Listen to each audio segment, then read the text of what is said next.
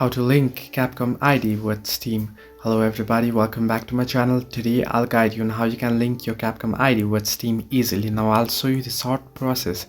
It's quite short and easy and simple rather than the other ones. Now you want to simply search in for Capcom link Steam. You can see here as I did on my web browser here. You want to head into your web browser on your device and search in for Capcom link Steam option there, and you can see the very first link, the official Capcom ID page there, and you can see link with Steam account option.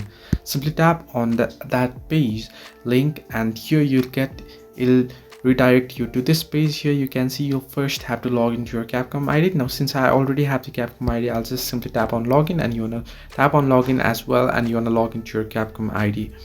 Now here you can see it's prompting me to the login page. I'll just log into it real quick here. Now as you can see here, once you're logged in, you'll get an interface like this, and you can see the warning, link information cannot be altered.